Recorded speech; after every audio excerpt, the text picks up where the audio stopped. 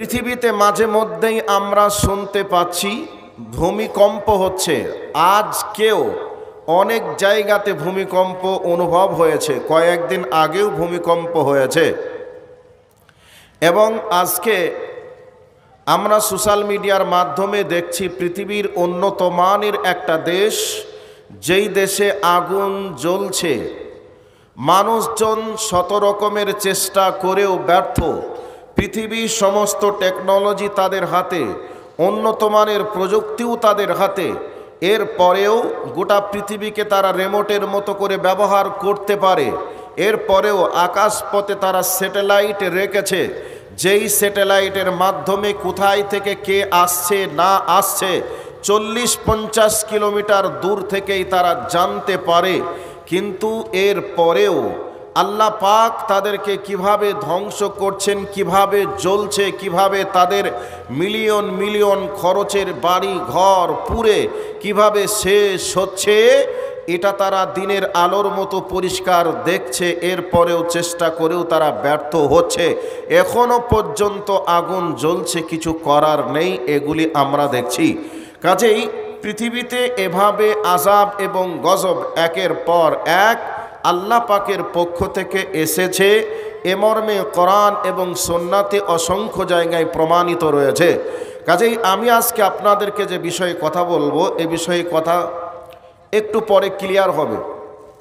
এবার আপনাদেরকে বলছি, এ পৃথিবীতে একটা নূহ আলাইহিস সালাতু ওয়াস সালাম নামক একজন নবী এসেছিলেন, যেই নবীকে দ্বিতীয় আদম বলা হয়। ওই নবী এ পৃথিবীর বুকে 950 বছর মানুষকে দাওয়াত দিয়েছিলেন। কি বলেছিলেন?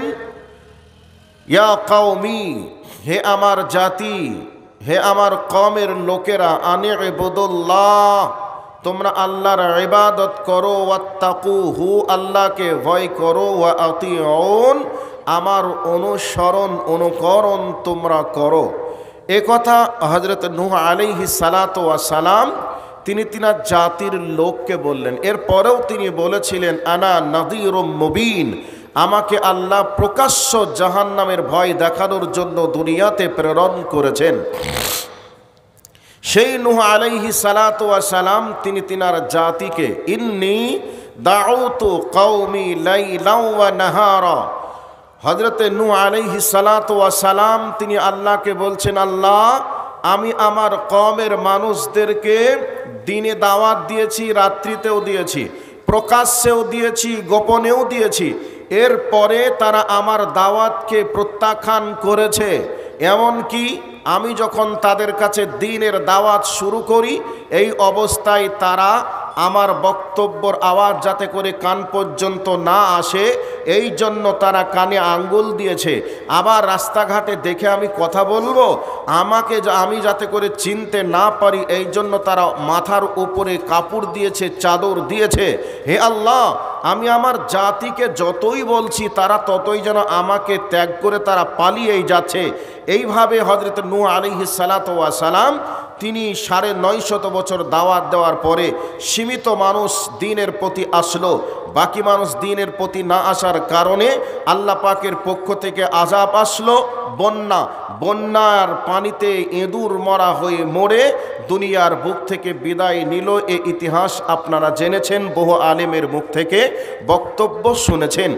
আজ বর্তমান সময়ে দিন রাত আলেম ওলামারা কোরআনের দাওয়াত, এক কথায় নবীরা যে দাওয়াত দিয়েছিলেন পৃথিবীর মাটিতে, সেই দাওয়াত দিন রাত আলেমরা দিচ্ছেন।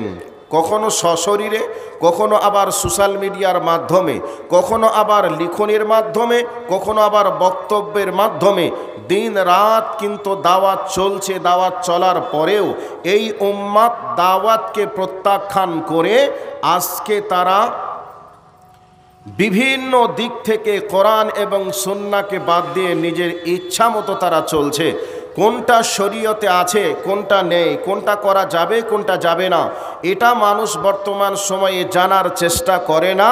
তারা ওই যে পাশ্চাত্য সভ্যতার দিকে তাকিয়ে তারা যা করে, এই মুসলমান জাতিও তাই করতে শুরু করেছে। এই জন্য বিভিন্ন দিক থেকে এই মুসলিম উম্মার উপরে আযাব আসছে। আল্লাহ পাকের পক্ষ থেকে আযাব, আবার কোনো সময় অত্যাচারী শাসককে নিযুক্ত করে দিয়ে আযাব। আজকে অত্যাচারী শাসকের মাধ্যমে গোটা ভারতবর্ষের মানুষ আজকে বিপদগ্রস্ত। কোন সময় কি হচ্ছে, কোন সময় কি হবে, মুসলমানদেরকে বিভিন্ন দিক থেকে কণ্ঠেসা, বিভিন্ন দিক থেকে লাঞ্ছিত, বঞ্চিত, নিপীড়িত, এইগুলি আমরা বর্তমান সময়ে আমরা অনুভব করছি। আলেমদের মুখে আমরা শুনেছি অনেক দিন আগে থেকে, কোরআন সুন্নাহকে বাদ দিয়ে ইচ্ছামতো যদি চলো তাহলে অত্যাচারী শাসক নিযুক্ত হবে, একথা আলেমদের মুখে শুনেছিলাম, কিন্তু দেখিনি। এখন বর্তমান সময়ে আমরা দেখছি বিভিন্ন দিক থেকে আমাদেরকে কণ্ঠেসা করেও আমাদের প্রতি তারা সন্তুষ্ট না হয়ে এখন আবার ওয়াকফ বিল প্রত্যাহার করবে, ওয়াকফ সম্পত্তিকে বাতিল করবে, ব্যান করবে, তাদের আয়ত্তেই নেবে, এ চিন্তা ভাবনা তারা শুরু করেছে। এটাকে করতে গিয়ে কত মানুষের প্রাণ নিবে, কত মসজিদ ভাঙবে, কত মাদ্রাসা ভাঙবে, কত মানুষের উপরে বিপদ আসবে, কতজনকে জেল দিবে, এ টার্গেট তাদের হয়ে গেছে। এগুলি হচ্ছে কেন? কেবলমাত্র আল্লাহর আইনকে আমরা বাদ দিয়ে নিজের মতো করে আইনকে বাস্তবে প্রণয়ন করার কারণে বিভিন্ন দিক থেকে আযাব এবং গজবের সম্মুখীন আমরা হচ্ছি। কাজেই এই পৃথিবীর মাটিতে যখনই ওহির বিধানের কাছে মানুষ মাথা নত না করে ইচ্ছামতো চলেছে, তখনই এই পৃথিবীর বুকে আযাব এসেছে। আযাবের কবলে পড়ে এই পৃথিবীতে মুসলিম ধ্বংস হয়েছে, অন্য জাতিরাও ধ্বংস হয়েছে। মুসলিম যারা ইমানদার তারা যদি ধ্বংস হয় তাহলে জানতে হবে আল্লাহ তাদের শহীদ মর্যাদা হিসাবে কবুল করেছে, আর বেঈমান যদি মারা যায় তাহলে তার আযাব এবং গজবে তারা মারা গেছে, জাহান্নামের বাসিন্দা তারা হবে। সম্মানিত উপস্থিতি, আজকে বর্তমান সময়ে আমরা ওহির বিধানের কাছে মাথা নত করতে চাই না, বরং আমরা ইবলিশের বন্ধ হয়ে ইবলিশের কর্মকাণ্ড করতে আমরা বেশি পারদর্শী। আজকে আমরা ইবলিশে কর্মকাণ্ড করছি বলেই আজকে একটা বিশাল বড় প্যান্ডেল আলেম ওলামাদেরকে নিয়ে এসে লাইট মাইক পোস্টার পোস্টিং করে এরপরেও মানুষের উপস্থিতি নেই, ফাঁকা ময়দানে সন্ধ্যা থেকে এ পর্যন্ত প্রোগ্রাম চলছে।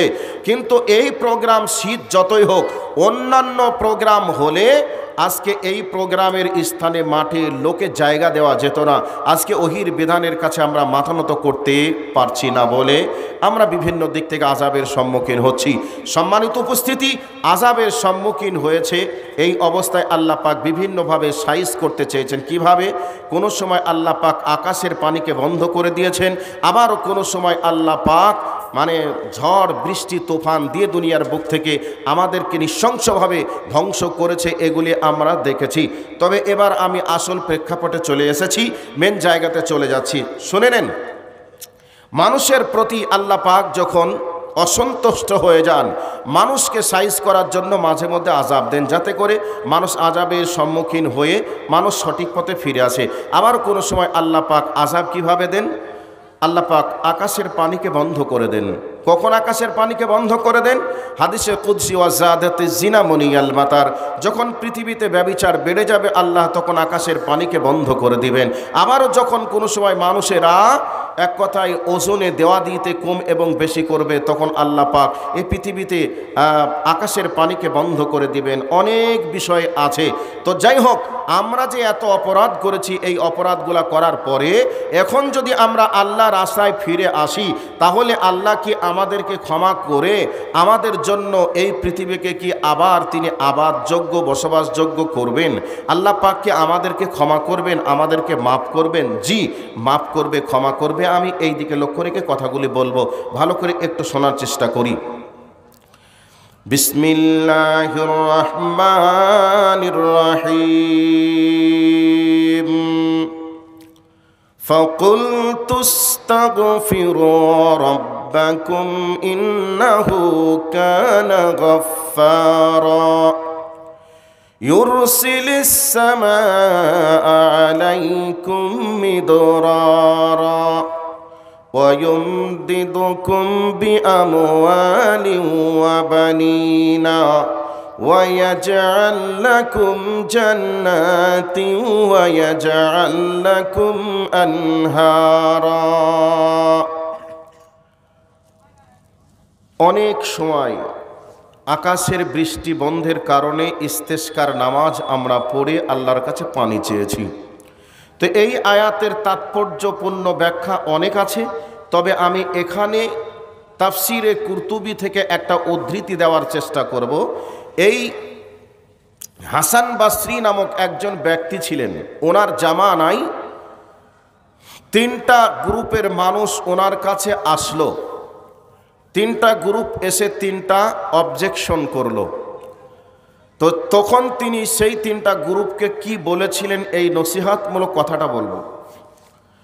হযরতে হাসান বাসরি রাহমাতুল্লাহ আলাইহি তিনি একজন পরেজগার দিনদার ব্যক্তি ছিলেন। ওই সময় আকাশের বৃষ্টি বন্ধ হওয়ার কারণে পৃথিবীর মাটিতে বিভিন্ন রকমের সমস্যা দেখা দিল। মানুষজন হতাশ হয়ে গেল, নিরাশ হয়ে গেল, আর বাঁচার কোনো উপায় নেই। এই অবস্থায় আল্লাহ রাস্তায় ফিরে আসা ছাড়া কোনো উপায় নেই। এই অবস্থায় একটা গ্রুপের লোক হাসান বাসরির কাছে গেল। হাসান বাসরিকে গিয়ে বলছেন, ওগো হাসান বাসরি, আমরা জানি আপনার সঙ্গে আল্লাহর সম্পর্ক রয়েছে, কারণ আল্লাহর ইবাদত আপনি করেন, পরেজগার ব্যক্তি আমরা জানি। এই জন্য আপনার কাছে আমরা এসেছি। আজকে আকাশের বৃষ্টি বন্ধ হয়ে যাওয়ার কারণে জমিন যেন মৃত্যুবরণ করেছে, জমিন ফেটে চৌচির হয়ে গেছে। এই জমিনের উপরে অনেক ফসল আমাদের ছিল, ফসলগুলি যেন নষ্ট হয়ে গেল। এভাবে যদি ফসল নষ্ট হয়ে যায় তাহলে দুনিয়াতে দুর্ভিক্ষ দেখা দিবে, আমরা না খেয়ে মারা যাব। অতএব আপনি আল্লাহর কাছে একটু পানির জন্য আল্লাহকে আপনি বলুন। হযরতে হাসান বাসরি রহমতুল্লাহ আলাইহি তিনাদেরকে বললেন, ঠিক আছে, তোমরা এসেছ, আমি তোমাদেরকে প্রেসক্রিপশন দিই, তোমরা প্রেসক্রিপশন নিয়ে চলে যাও। কি প্রেসক্রিপশন দিলেন? হাসান বাসরি বললেন, ফাকুলতু আস্তাগফিরু রাব্বাকুম ইন্নাহু কানা গাফফারা। হে আমার জনগণ, তোমরা চলে যাও বাড়িতে, আল্লাহর সঙ্গে তওবা তোমরা করে নাও। জিন্দিগিতে যত পাপের দরজা রয়েছে, পাপের দরজাগুলিকে বন্ধ করে দাও, আর নেকির দরজা যত রয়েছে ওই নেকির দরজা দিয়ে প্রবেশ করে নাও। নিশ্চয় আল্লাহ পাক আকাশ থেকে বৃষ্টি বর্ষণ করে এ মৃত জমিনকে জীবিত করবেন। হাসান বাসরির কথা অনুযায়ী ওই গ্রুপের লোকটা বাড়ি চলে গেল। আবার একটা গ্রুপের লোক এসে গেল, আর একটা গ্রুপের লোক এসে বলছেন, ওগো হাসান বাসরি, আপনার সঙ্গে নিশ্চয় আল্লাহর সম্পর্ক রয়েছে, আপনি পরেজগার ব্যক্তি, আপনি আল্লাহর ওলি, অতএব আপনার কাছে আমরা এসেছি। আমাদের গাছ দাঁড়িয়ে আছে, গাছে ফুল নেই, ফল নেই, অতএব গাছ যদি ফল ফুল না দেয় আমরা মারা যাব, আমাদের না খেয়ে শেষ হয়ে যেতে হবে। অতএব আল্লাহর সঙ্গে একটু আপনি কথা বলুন, আল্লাহর কাছে আপনি একটু বৃষ্টি চান। বৃষ্টি যদি হয়ে যায় তাহলে এই জমিনে আবার গাছ দাঁড়িয়ে থাকবে, গাছে ফুল ধরবে, গাছে ফল ধরবে। হাসান বাসরি তাদেরকেও বললেন, ফাকুলতু আস্তাগফিরু রাব্বাকুম ইন্নাহু কানা গাফফারা ইউরসিলিস সামা আলাইকুম মিদরারা ওয়া ইউমদিদকুম বিআমওয়ালিন ওয়া বানিনা।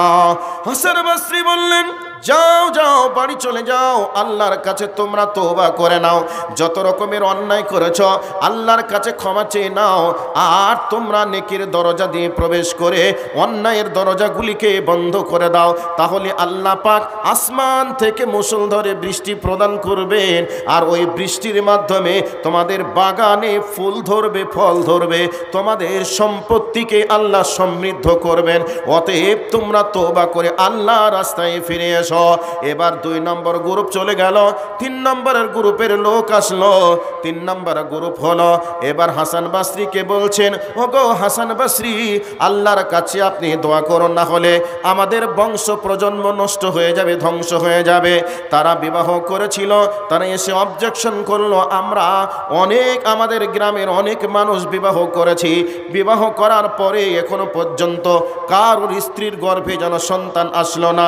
1 বছর 2 বছর হয়ে গেল, 1-2 বছরের মধ্যে কারোর স্ত্রী যেন এখনো গর্ভবতী হলো না, তাহলে গর্ভবতী যদি না হয়, এভাবে যদি কিছুদিন চলে যায়, তাহলে আমরা আমাদের বংশ প্রজন্মকে হারিয়ে ফেলবো।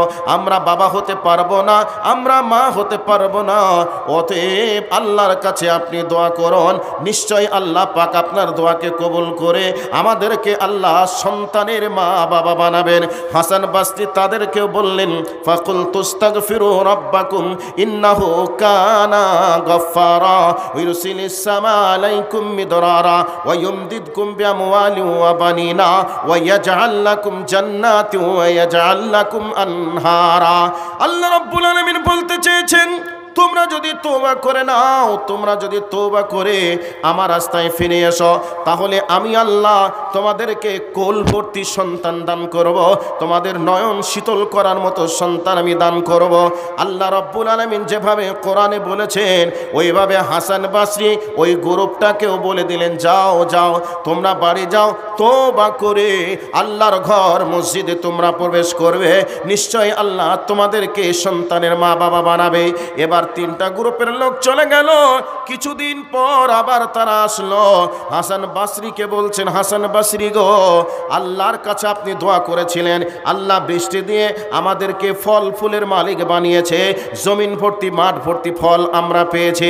হাসান বাসরিকে আর একটা গ্রুপ এসে বলল যে আমরা বাগান ছিল, বাগানে ফল ছিল না, ফুল ছিল না, ওই বাগানে ফুল ফলে ভরে গেছে। আর একটা গ্রুপ এসে বলল, হাসান বাসরি আপনি যেভাবে বলেছিলেন ওইভাবে আমরা চলি, এর কারণে আমরা অনেকের স্ত্রীর গর্ভে আজকে সন্তানের জন্ম হয়েছে, অনেকজন সন্তানের মা বাবা হতে চলেছে। হাসান বাসরি যেভাবে বলেছিলেন সেইভাবে তেনারা চলার কারণে আল্লাহ রাব্বুল আলামিন যেভাবে ইনফরমেশন কোরআনুল কারিমে দিয়েছে, ওইভাবে হাসান বাসরি তাদেরকে উপদেশ দিয়েছিলেন। ওই উপদেশ গ্রহণ করে এই পৃথিবীর বুকে যে সমস্যায় পড়েছিল তদানীন্তন সময়ের মানুষগুলি, সমস্ত রকমের সমস্যার সমাধান আল্লাহ রাব্বুল আলামিন কোরআনে যেভাবে দিয়েছিলেন ওইভাবে দেওয়ার কারণে সমস্ত সমাধান তারা পেয়ে গেছে। বন্ধুরে, এ পৃথিবীর বুকে আমরা মুসলিম উম্মাহ বিভিন্ন সময়ে বিভিন্নভাবে বিভিন্ন দিক থেকে আমরা সমস্যার সম্মুখীন হই, কিন্তু আমরা কোরআনের কাছে আসি না, নবীর হাদিসের কাছে আসি না। কোরআন এবং হাদিসের কাছে যত রকমের সমস্যার সমাধান রয়েছে, মুসলিম হিসাবে সমস্যায় পড়লেই আলেমদের কাছে এসে জিজ্ঞাসা করা লাগবে, এই সমস্যায় পড়েছি, এর সমাধান কি আছে? আলেমরা বলে দেবে। আলেমদের কথা অনুযায়ী যদি সমাজের মানুষ, দেশের মানুষ চলে, তাহলে সমস্ত সমাধান কোরআন হাদিসে অনুযায়ী আমরা পেয়ে যাব। সমস্ত সমাধান অবশ্যই কোরআন এবং হাদিসের মধ্যে রয়েছে। এখন পৃথিবীর বুকে চলছে অন্যায়, জুলুম, নির্যাতন। গোটা পৃথিবীকে যারা আগুন দিয়ে জ্বালিয়েছিল তারা আজকে আগুনে জ্বলছে। তাদের লাস্ট ভরসা আল্লাহ। আল্লাহ ছাড়া কেউ নেই। আল্লাহ তুমি আমাদেরকে বাঁচাও, এছাড়া বিকল্প কোনো বুদ্ধি নেই। আর তারা আজকে বুঝতে পেরেছে ওপরে কেউ একজন আছে। মানুষের ঘর বাড়ি যেভাবে আমরা পুড়িয়েছি, সেভাবে আমাদের ঘর বাড়িকে উপর ওয়ালা পোড়াচ্ছে। তো এখন লাস্ট ভরসা আল্লাহ। আর আল্লাহর কাছে ফিরে আসা ছাড়া বিকল্প কোনো পথ নেই। পৃথিবীর বুক থেকে নিঃস্ব হয়ে যাবে, নিশ্চিহ্নিত হয়ে যাবে। এই অবস্থায় বাঁচার একটাই উপায় আল্লাহ, এছাড়া কোনো বুদ্ধি তাদের নেই। সম্মানিত উপস্থিতি, আমরা দিন রাত আল্লাহকে নারাজ করার যেই পরিমাণ অন্যায় করি, এই অন্যায় করে যদি আমরা মারা যাই তাহলে তো আল্লাহর জাহান্নামে যাওয়া লাগবে। আর যেভাবে আমরা অন্যায় করছি, এই অন্যায়ের পরিমাণে আল্লাহ যদি আমাদেরকে শাস্তি দেন, তাহলে এক চুল পর্যন্ত, একটা চোখের পাতা ফেলার সময় আমরা পাবো না, একটা নিঃশ্বাস ফেলারও সুযোগ পাবো না। আল্লাহ রব্বুল আলামিন তিনি আমাদেরকে দয়া করে, মায়া করে, আল্লাহ পাক আমাদের ভুল ভ্রান্তিগুলি অনেক ক্ষমা করেন। মাঝে মধ্যে তিনি আযাব আমাদেরকে এই জন্য দেন যাতে করে আমরা আল্লাহ রাস্তায় ফিরে আসি। কিন্তু মানুষ বড় নিমকহারাম, আমরা বুঝি না। আল্লাহ আযাব দিয়েছেন আমাদের অন্যায়ের কারণে, আমাদেরকে ফিরে আসা লাগবে, এ ভাবনা চিন্তা আমাদের অন্তরে নেই। আমরা ফিরে আসি না। সম্মানিত উপস্থিতি, একের পর এক বিভিন্ন আযাবের সম্মুখীন আমরা হচ্ছি, এরপরেও আমরা বুঝি না কে হচ্ছে না হচ্ছে, বেঈমানরা কি করছে না করছে এটা আমাদের দেখার নয়। আমরা মুসলিম হিসাবে আমরা দেখব আমরা কি করছি আর আমরা কি অপরাধ করছি। এই অপরাধের কারণে আল্লাহ আমাদেরকে যদি শাস্তি দেন আর এই গজবে পড়ে মারা যায় তাহলে এহকাল শেষ, পরকালও শেষ। কাজেই আমরা এহকালকে এবং পরকালকে কোরআন এবং সুন্নাহর আলোকে আমরা বিশ্বাস করি। সেই হিসাবে আমরা আমাদের পাপ থেকে আমরা নিজেকে কন্ট্রোল করার চেষ্টা করব, আর পাপ হয়ে গেলেই আমরা আল্লাহর কাছে ক্ষমা চাইব। এখন আপনারা বলবেন যে আল্লাহর কাছে ক্ষমা চাইলে কি আল্লাহ ক্ষমা করবেন? এ মর্মে আল্লাহ কি কিছু বলেছেন? জি, আল্লাহ বলেছেন আপনাকে আমাকে ক্ষমা করবেন। আমাদের পাপ যতই বেশি হোক আল্লাহর দয়ার কাছে আমাদের পাপ কিছুই না। কাজেই আল্লাহর দয়ার থেকে আমাদের পাপ ছোট, আর আমাদের পাপ আল্লাহ ক্ষমা করবেন এ মর্মে আল্লাহ বলেছেন। তবে শর্ত হলো আল্লাহর কাছে ক্ষমা চাওয়া। আল্লাহ কি বলেছেন? তুবু ইলাল্লাহি তাওবাতান নাসুহা। আল্লাহ রাব্বুল আলামিন বলেন, বান্দারে তোমরা খালিস নিয়তে তওবা করো, আমি আল্লাহ তোমাদের তওবাকে কবুল করব। আল্লাহ রাব্বুল আলামিন কোরআনুল কারীমে অন্য আয়াতের মধ্যে বলেন, কুল ইয়া ইবাদিয়াল্লাযীনা আসরাফু আলা আনফুসিহিম লা তাকনাতু মির রাহমাতিল্লাহ ইন্নাল্লাহা ইয়াগফিরুজ যুনুবা জামিআ। আল্লাহ রাব্বুল আলামিন নবীজিকে সম্বোধন করে বলেন, হে নবী তুমি বলে দাও, যারা নাফসের উপরে জুলুম করেছে, অত্যাচার করেছে, পাপের সাগরে যারা ডুব দিয়েছে, এই মানুষগুলি যাতে করে নৈরাশ না হয়ে যায়, হতাশ না হয়ে যায়। এত অপরাধ করেছি, এত অপরাধ নাকি ক্ষমা করবে?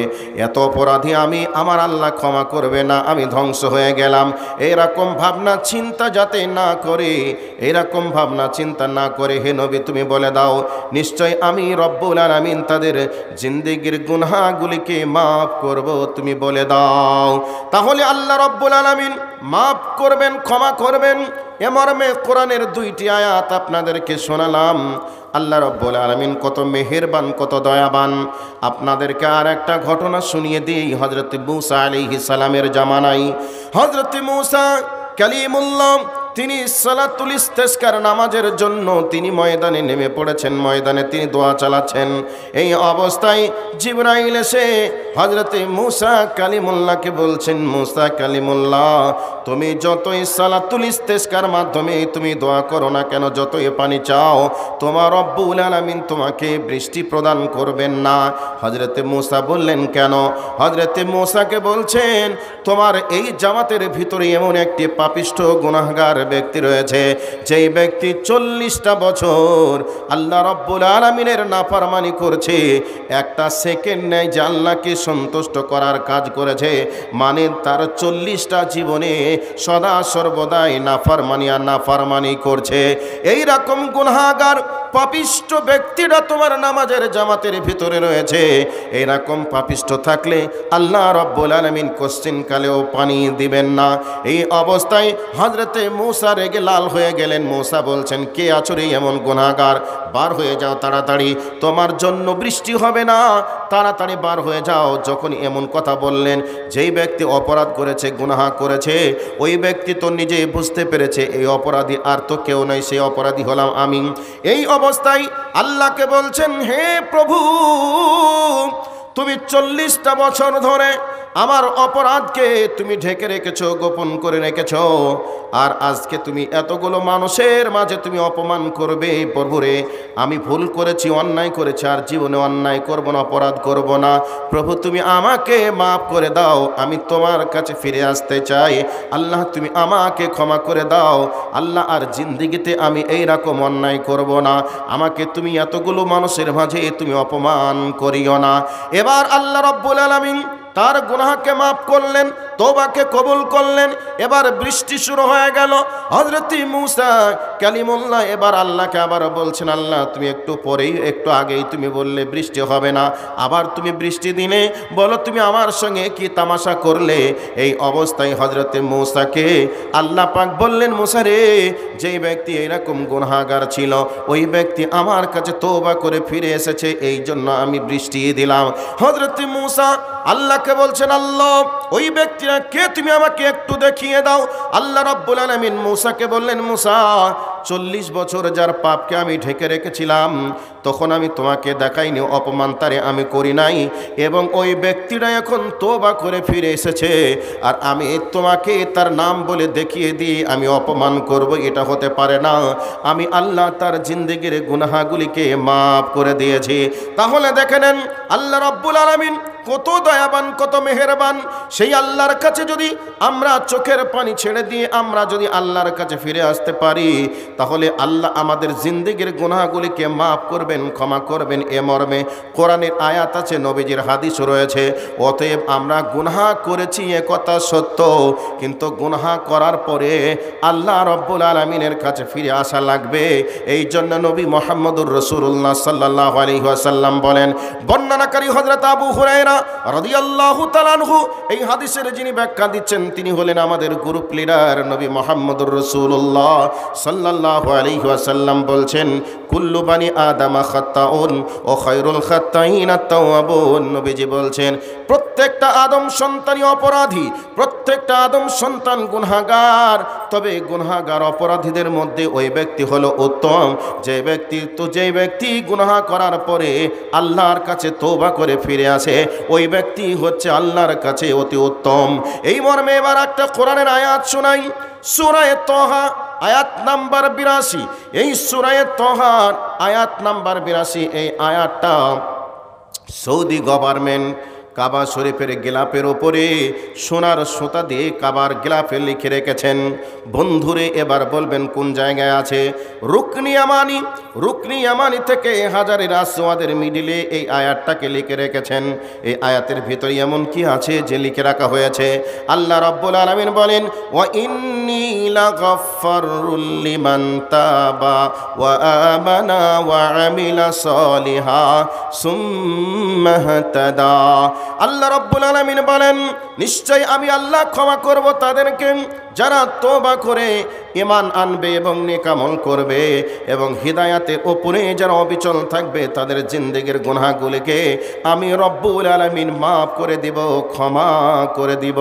অতএব আমরা ভুল করেছি, তওবা করে যদি আল্লাহ রাস্তায় ফিরে আসে, নিশ্চয় আল্লাহ রব্বুল আলামিন আমাদের জিন্দেগির গুনাহগুলিকে মাফ করবেন, ক্ষমা করবেন। কোরআনুল কারীমের মধ্যে প্রমাণিত রয়েছে। এবার আপনাদেরকে কয়েকটি হাদিসের আলোকে নিয়ে যাওয়ার চেষ্টা করব। যেহেতু সময় স্বল্প, মানুষজন যদি সামনে না থাকে বক্তব্য রাখতে মন লাগে না। অতএব আপনাদের কাছে আল্লাহ রাব্বুল আলামিন কত মেহেরবান, কত প্রিয়, আল্লাহ কত আমাদের ভালোবাসেন, এ মর্মে আপনাদেরকে কয়েকটা দৃষ্টান্ত স্বরূপ হাদিস শোনাবো। বন্ধুরে, আজকে যিনি আমার সম্মানিত সভাপতি আমার বাম পাশে বসে আছেন, এই ব্যক্তির একটা 15 বছরের ছেলে আছে বা 20 বছর বয়সের একটা ছেলে আছে। ওই ছেলের সঙ্গে ওনার একটা রাগারাগি হয়ে গেল। এই রাগারাগির কারণে ছেলে এই অবস্থায় বাপের কাছে জিদ ধরে বসলো। বাপও যেন রেগে গেলেন। এই অবস্থায় বাপ এখন ছেলেকে বলছে, যা দূর হয়ে চলে যা আমার বাড়ি থেকে, তোকে এই অপরাধ করতে নিষেধ করেছি, কেন তুই অপরাধ করবি বল। এইবার রাগারাগি হওয়ার কারণে বাপ হিসাবে ছেলের প্রতি রেগে গিয়ে বলছে, যা বাড়ি থেকে বার হয়ে চলে যা, তোর মতো ছেলের আমার প্রয়োজন নেই। এই অবস্থায় ছেলেও বলছে, ঠিক আছে, তোমার বাড়িতে আমার থাকার প্রয়োজন নেই, আমি বাড়ি থেকে বার হয়ে চলে গেলাম। ছেলেও যেন বাড়ি থেকে বার হয়ে গেল। আচ্ছা বলুন তো, বাপ তো রাগের মাথায় বলল বাড়ি থেকে চলে যা, ছেলেও যেন চলে গেল, তবে কষ্ট কে বেশি পাবে? ছেলে পাবে না বাপ পাবে? একটু আপনাদের বিবেক খেটিয়ে আপনারা উত্তরটা দিবেন। সবাই বলবেন ছেলে থেকে বাপ বেশি কষ্ট পাবে। এবার ছেলে চলে গেল। মাগরিবের আজানের সময় হয়ে গেল, ছেলে বাড়ি আসলো না। মাগরিব থেকে ঘড়ির কাঁটা কটকট করে আগাতে আগাতে চলে গেল এশার দিকে। এশা হয়ে গেল, এখনো পর্যন্ত যেন ছেলে বাড়ি আসলো না। এই অবস্থায় নামাজ পড়ার পরে এবার বাপ হিসাবে দায়িত্ব পালন করতে শুরু করলো। ছেলে কোথায় গেল, ছেলের বন্ধু বান্ধবী যারা রয়েছে, কোথায় ছেলে বসে থাকে, কার বাড়িতে যায়, সবার বাড়িতে খোঁজ লাগালো, কোনো বাড়িতেই যেন ছেলেকে পাওয়া গেল না। এই অবস্থায় আত্মীয় স্বজনের বাড়িতে মোবাইলের মাধ্যমে যোগাযোগ শুরু হয়ে গেল। সলে, ওনার ছেলের নাম ধরে নেন সলে। এবার বলছে আমার ছেলে সলে তোমার বাড়িতে গেছে। সবাই বলে দিল না, আমার বাড়িতে আসে নাই। এই অবস্থায় প্রচণ্ড ঠান্ডা রাত, এই ঠান্ডা রাত্রিতে ক্লান্ত হয়ে, হতাশ হয়ে, নৈরাশ হয়ে বিছানায় শুয়ে গেল। স্বামী এবং স্ত্রী দুইজন বলাবলি করতে শুরু করলো, কেনই বা রাগ মাথায় ছেলেকে বললাম বাড়ি থেকে চলে যেতে, ছেলে আজকে কোথায় চলে গেল? প্রচণ্ড ঠান্ডা রাত, ছেলে কোথায় খেলো, কোথায় ঘুমালো, কার বাড়িতে উঠলো, এই নিয়ে যেন মনের ভিতরে টেনশনের মাত্রা বেড়ে গেল। আর মাঝে মধ্যে স্ত্রী বলে তোমার সব সময় রাগ, কেন তুমি এমন কথা বললে, ছেলে কোথায় চলে গেল? দুইজন স্বামী স্ত্রী বিছানার ভিতরে শুয়ে একবার ডান কাত একবার বাম কাত মোটা মোটা নিঃশ্বাস ফেলে আর ছেলের জন্য চোখের পানি ছেড়ে দিয়ে কান্না করে। এই করে করে রাত একটু গভীরের দিকে গেল। মানুষ মাত্রে ঘুমের নিদ্রায় এসে গেল, ঘুমিয়ে গেল। হঠাৎ করে যেন ঘুম ভেঙে গেল। ছেলে নেই, এখনো পর্যন্ত বাড়িতে আসি নাই। ছেলের জন্য টেনশন বেড়ে গেল। এই করে করে সকাল হয়ে গেল, সকাল হয়ে গেল, আবার সন্ধ্যা এসে গেল, এখনো ছেলে বাড়ি আসে নাই। 2 দিন 3 দিন 4 দিন 5 দিন 10 দিন হয়ে গেল। এই করে করে যত দিন যায় ছেলের জন্য ততই যেন কাটা কবুতরের মতো ছটপট লটপট করে। খাবারে মন বসে না, কাজ করতে যেন কোনো আগ্রহ লাগে না। এই করে করে মন মেজাজ যেন একবারে খিটখিটে হয়ে গেল, মেজাজ যেন একবারে আলাদা হয়ে গেল, শরীর না খেয়ে যেন দুর্বল হয়ে গেল। এই চলছে, এই চলতে চলতে, আচ্ছা বলুন তো এই অবস্থায় মা আর বাপ এমন কান্না করবে, চোখে যেন পানি পড়ে পড়ে চোখ যেন ঘা হয়ে গেল। বাপ এক সময় আবেগ দিয়ে বলছে বেটা তুই কোথায় গেলি, বল বল বল, একটু তুই সন্ধানটা দে, তুই যেখানে আছিস ওইখানে থেকেই তোকে আমি নিয়ে আসবো, বেটারে একবার খবরটা দে। এইরকম কথা বাপ হিসাবে বলবে কি বলবে না বলবে। এই করে করে এবার কোনো একদিন রাত্রিতে স্বামী এবং স্ত্রী দুইজন বাড়ির বিছানাতে ঘুমিয়ে আছে। গভীর রাত, গভীর রাত্রিতে ছেলে এসে আব্বা বলে ডাক দিয়েছে, মা বলে ডাক দিয়েছে। এবার মায়ের ঘুম ভেঙে গেল, বাপেরও ঘুম ভেঙে গেল। আচ্ছা বলুন তো এমন কি কোনো পৃথিবীর নিষ্ঠুর বাপ আছে, মা আছে, ছেলে দরজার বাইরে থেকে আব্বা আব্বা বলে ডাকবে, মা মা করে কাঁদবে, আর আব্বা এবং মা দরজা বন্ধ করে দিয়ে দরজার বাইরে ছেলেকে রেখে দিয়ে আরামে বসে থাকবে? এইরকম পৃথিবীর কোনো বাপ আছে, মা আছে? পৃথিবীর কোনো আব্বা নেই, পৃথিবীর কোনো মা নেই। এই অবস্থায় দরজা খুলে দিয়ে যখন দেখবেন ছেলে এসে গেছে, ছেলে যেন ভুলটা বুঝতে পেরে মাথা নিচু করে বাপের দিকে আগিয়ে আসছে চোখের পানি ফেলতে ফেলতে। এই অবস্থায় দেখছেন ছেলের গায়ে নোংরা লেগে আছে, জামা যেন অপরিষ্কার হয়ে আছে। এই অবস্থায় ছেলে যদি জড়িয়ে ধরতে আসে, আপনার শরীরে দামি পোশাক আছে, আচ্ছা বলুন তো এই অবস্থাতেও বাপ আর মা কি কোনোদিন তাকে বলতে পারবে বাবারে আমাকে স্পর্শ করিস না, তোর শরীরে নোংরা লেগে আছে, জামাতে ময়লা লেগে আছে, তুই গোসল করে আয় তারপরে তুই আমার কাছে আয়? এরকম কথা বলবে? বলবে না। বরং ছেলে এসেছে, বাপ বুকে জড়িয়ে ধরবে, বলবে বেটারে তুই এ কাজ কেন করেছিলি, তুই যদি না করতিস আমি তো তোকে বলতাম না বাড়ি থেকে চলে যেতে। ছেলের সাথে সাথে যদি বলে দেয় আব্বা আমি ভুল করেছি, অন্যায় করেছি, আব্বা তুমি আমাকে মাফ করে দাও, এই যখন এই কথা বলবে বাপ হিসাবে ছেলেকে বলবে বিটারে তুই ভুল করেছিস, তোর ভুলটা তুই বুঝতে পেরেছিস, এটাই অনেক কিছু, তোকে আগেই আমি ক্ষমা করে দিয়েছি, মাপ চাওয়া লাগবে না। এরকম কথা মা বাপ বলবে কি বলবে না? বন্ধুরে বলবে। কিন্তু এই পৃথিবীতে সন্তানকে মা আর বাপ যত ভালোবাসে, পৃথিবীতে এমন কোনো মানুষ নেই যে বাবা মায়ের থেকে বেশি ভালোবাসা দিতে পারবে। কিন্তু বাপ এবং মা একটা সন্তানকে যতই ভালোবাসুক না কেন, এর থেকে আমাদের রব আল্লাহ রব্বুল আলামিন আমাদেরকে কোটি কোটি গুণ বেশি ভালোবাসেন। এই জন্যে দেখবেন প্রত্যেকটা মানুষ ভুল করার কারণে এবার সেই যে ব্যক্তির কাছে ভুল করেছে ওই ব্যক্তি বলবে ভুল করেছে, ঠিক আছে, ওই ব্যক্তি যদি আমার কাছে এসে ক্ষমা চায় আমি তারে ক্ষমা করে দিব। এ কথা বাপ ছেলের জন্য বলবে, ছেলের জন্য মা বলবে, ভাইয়ের জন্য ভাই বলবে। কিন্তু প্রত্যেকজন ক্ষমা করার জন্য, ক্ষমা চাওয়ার জন্য অপরাধ যার কাছে করেছে তার কাছে আসতে হবে, এটাই স্বাভাবিক। কিন্তু আমাদের রব তিনি আমাদের কত ভালোবাসেন, কত মায়া করেন। সেই আমাদের রব প্রত্যেকটা রাত্রিতে কোটি কোটি মাইল পথকে অতিক্রম করে দুনিয়ার আসমানে বান্দার কাছে এসে বলে, বান্দারে জাহান্নাম তৈরি করেছি, জাহান্নাম বড় খাতারনাক জায়গা, ওই জাহান্নামের আগুনের তেজ মারাত্মক তেজ, ওই জাহান্নামের আগুনের লোড তাপ তোরা নিতে পারবে না। অতএব আমি আল্লাহ তোদের জন্য এসে গেছি কোটি কোটি মাইল পথ অতিক্রম করে। বান্দা তুই একবার আমাকে বলে দে, আল্লাহ আমি ভুল করেছি, আমাকে তুমি মাফ করে দাও। আল্লাহ রব্বুল আলামিন বলছে, বান্দা তোর জিন্দেগির গুনাহগুলিকে আমি মাফ করে দিব। আল্লাহ প্রত্যেকটা রাত্রিতে 3 ভাগের শেষ ভাগে নেমে আসেন দুনিয়ার আসমানে, আর বান্দাকে বলে, বান্দা তুই অপরাধ করেছিস, এই অপরাধ নিয়ে যদি তুই চলে যাস তুই জাহান্নামে চলে যাবি। আমি রব তোকে ভালোবাসি, তোকে কেমন করে আমি সহ্য করতে পারবো, তুই জাহান্নামের আগুনে জ্বলবি, আর আমি রব হিসাবে কি করে মেনে নিতে পারবো। এই জন্য আমি রব তোর কাছে এসেছি, একবার আমার কাছে আয়, চোখের পানি ফেলে ডাক, আমি তোর জিন্দেগির গুনাহগুলিকে মাফ করব। তাহলে দেখুন, বাপ ছেলেকে বলে আমার কাছে আসতে হবে ক্ষমা চাওয়ার জন্য। স্ত্রী আর স্বামী কত আপন।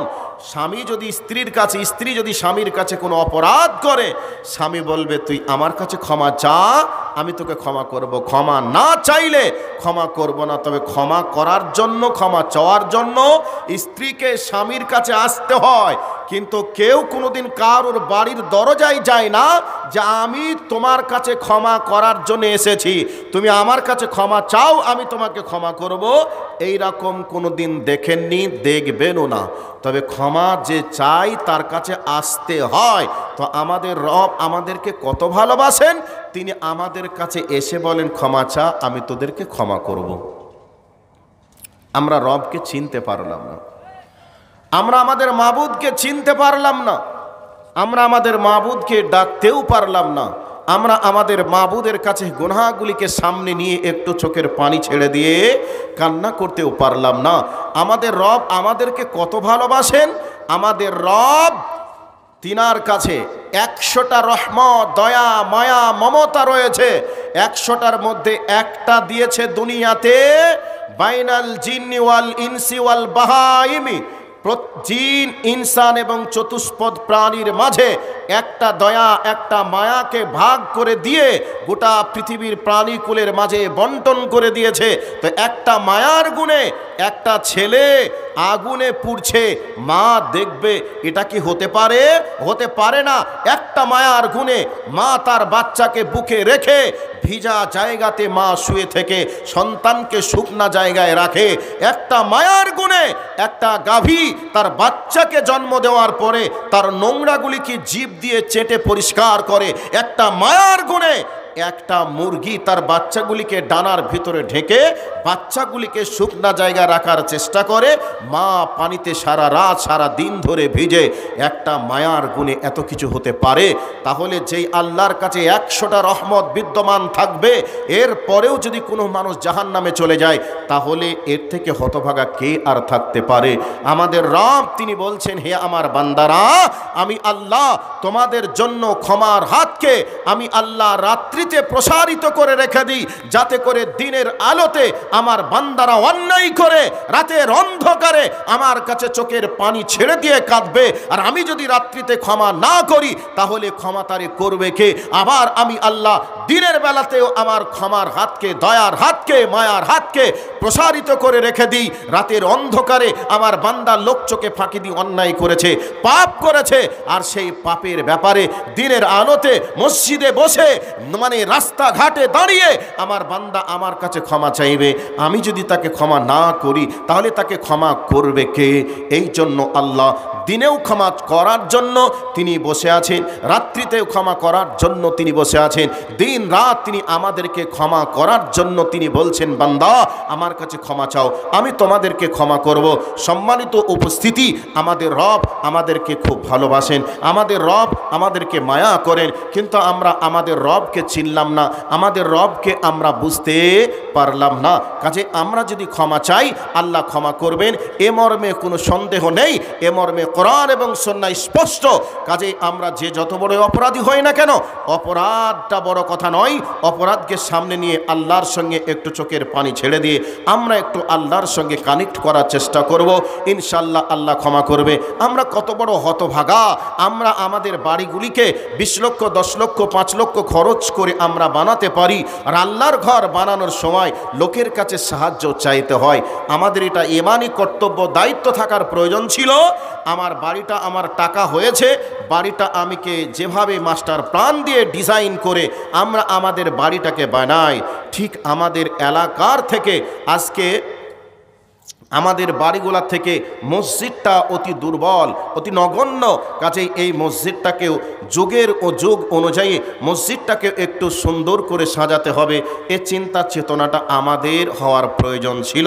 কাজেই প্রত্যেকজন মানুষ যদি আমরা আমাদের মতো করে ভাবতাম যে আমার বাড়িটা তৈরি করতে খরচ হয়েছে 20 লাখ 10 লাখ, আমাদের এই মসজিদটাকেও হয়তো 20 লক্ষ টাকা খরচ হবে, 10 লক্ষ টাকা খরচ হবে, 5 লক্ষ টাকা খরচ হবে। তাহলে 300-400 ঘর, 200-250 ঘরের মানুষ মিলে মসজিদটাকে নিয়ে একটু ভাবনা চিন্তার করার কি প্রয়োজন ছিল না? অবশ্যই প্রয়োজন ছিল।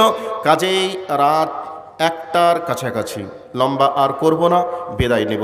কাজেই এখানে যারা উপস্থিত রয়েছেন প্রত্যেকের কাছে শেষের বারে আমি আর্তনাদ করতে আহ্বান করতে চাই, এমন কেউ কি আছেন যে মসজিদের জন্য বলবেন যে আমার কাছে যা ছিল দিয়েছি, আর আমার দেওয়ার মতো সামর্থ্য নেই, কিন্তু যা আছে আমি একটু দিই? যে আল্লাহর নবীর হাদিস যে আল্লাহর বান্দা হিসাবে আপনার কর্তব্য মসজিদ বানানো, আর রব হিসাবে কর্তব্য হচ্ছে আপনার জন্য জান্নাতে ঘর তৈরি করা। আল্লাহর কাছে জান্নাতে ঘরটা রিজার্ভ করে রাখার জন্য এমন কেউ আছেন যিনি বলবেন আমি 500 টাকা দিব, 1000 টাকা দিব, 100 টাকা দিব? আচ্ছা, মোস্তফা দেখুন, দেখে মনে হচ্ছে অতি সাধারণ দুর্বল মানুষ, শেষের বাড়ি মসজিদের জন্য 200 টাকা দিয়েছে। ওই দুর্বলটা মানুষের কাছে 200 টাকা একটা ধনী ব্যক্তির কাছে 10 লক্ষ টাকার থেকেও 2 লক্ষ টাকার দাম ওনার কাছে অনেক বেশি। কাজে এই 200 টাকা দিয়েছে মোস্তফা, আল্লাহ উনি দান করেছেন, ওনার দানকে তুমি সাদরে মঞ্জুর করো।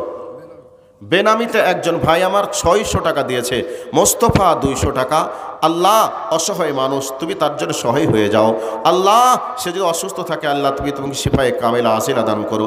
তার আত্মীয় স্বজন যারা চলে গেছে সবার কবরের শাস্তিকে মাফ করো। আল্লাহ ওই ব্যক্তিকে তুমি আসমানি মদত দান করো, সে অসহায়, আল্লাহ তার জন্য তুমি সহায়ক হয়ে যাও। আয় আল্লাহ তার সংসারে অভাব আছে, বুঝে দেখেই বুঝতে পারা যায়, আল্লাহ তার অভাবকে তুমি দূর করো, আমিন আল্লাহুম্মা আমিন। বেনামি 600 টাকা দিয়েছে, আল্লাহ তার দানকে তুমি সাদরে মঞ্জুর করো, মনের আশাকে তুমি পূরণ করো। জাযাকাল্লাহ খায়রান জাযা ফিদ দুনিয়া ওয়াল আখিরা। আল্লাহুম্মা সাল্লি আলাইহি আল্লাহুম্মা বারিক আলাইহি। ভাইয়া কেউ আছে না দেওয়ার মতো? কেউ কি আছেন দেওয়ার মতো?